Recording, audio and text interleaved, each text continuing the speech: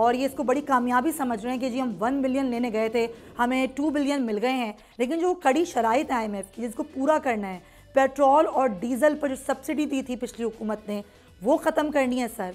सनतों पर जो tax amnesty scheme थी जिसका खात्मा करना है, बिजली के निर्ख बढ़ाने हैं, तो सर कहाँ जाएंगे मामला, तो मईशत किधर जाएगी?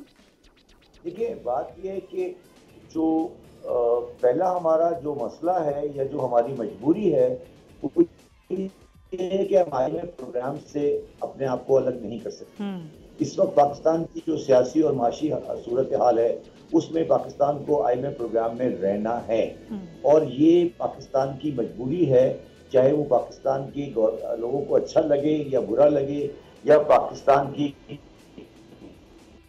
की पॉलिटिकल एक्सपीडियंसी में ये बात हो या नहीं हो, ये पाकिस्तान की मजबूरी है कि वो IMF में रहेगी। जब वो IMF में रहेगी तो IMF के अंदर जो उनकी बुनियादी शराइत हैं, जो वो बात करते हैं, तो वो शर्तें पूरी करनी पड़ेंगी इनको।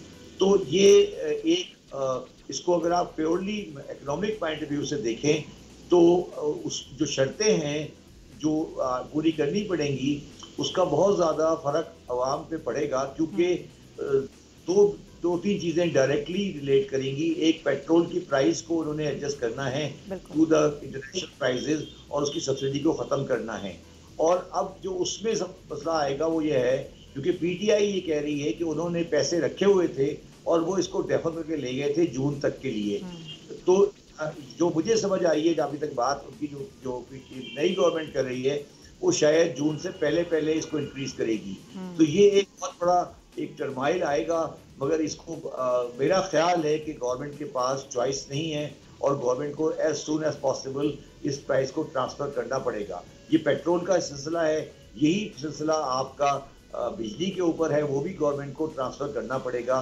तीसरा जो आपने कहा कि एमनेस्टी स्कीम को ड्रॉ करना है, वो भी एक मुश्किल मरहला है, क्योंकि आप एक लॉ को ला चुके हैं, उसके लोगों ने इम्प्लीमेंटेशन कर ली है, वो किस तरह होगा। सिर्फ लास्टली जो हम इसको सामने नहीं ला रहे वो है स्टेट बैंक का लॉ। तो जो चीज़ें, जिन सारी चीज़ों के ऊपर पहले PMLN गवर्नमेंट PMLN जो है वो जिसके ऊपर सारी बात कर रही थी, वो सारी चीज़ें उनको खुद करनी पड़ेंगी। और ये बात नहीं है कि वो गलत काम कर रहे हैं, ये पाकिस्तान की मजबूरी है और इसमें हमें रहना है। तो ये एक माशी पोजीशन है। अब इसको सियासी तौर पे किस तरह देखा जाएगा वो का सियासी मसला है। जी बिल्कुल आप सही कह रहे हैं कि शब्बर साहब, अभी टैक्स की शरह को बढ़ाने की बातें हो रही हैं जी, स्कीम का खात्मा किया जाएगा, जो रिलीफ आवाम को दिया गया था। ये टैक्स की शरह जब बढ़ाई जाएगी तो एक आम आदमी इस तमाम तर शराइत से कितना मुतासर होगा और वो टैक्सेस में इजाफा कितना हो सकता है। जिस तरह आपने खुद कहा कि जून तक तो उनको ये करना पड़ेगा कि ये सारा जो पेट्रोल वाला मामला है वो तो बढ़ानी पड़ेगी और फिर इससे ज़ाहिर है महंगाई भी होगी।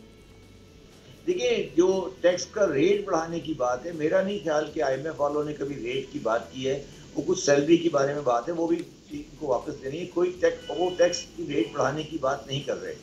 और मेरा नहीं ख्याल कि वो शायद जून में कोई ऐसा आपको रेट के लिए कहेंगे। बुनियादी मसला जो है वो सब्सिडीज का है कि सब्सिडीज हमारे सिस्टम में आ चुकी हैं बिजली के अंदर और पेट्रोल के अंदर, और ये सब्सिडीज हमें खत्म करनी है।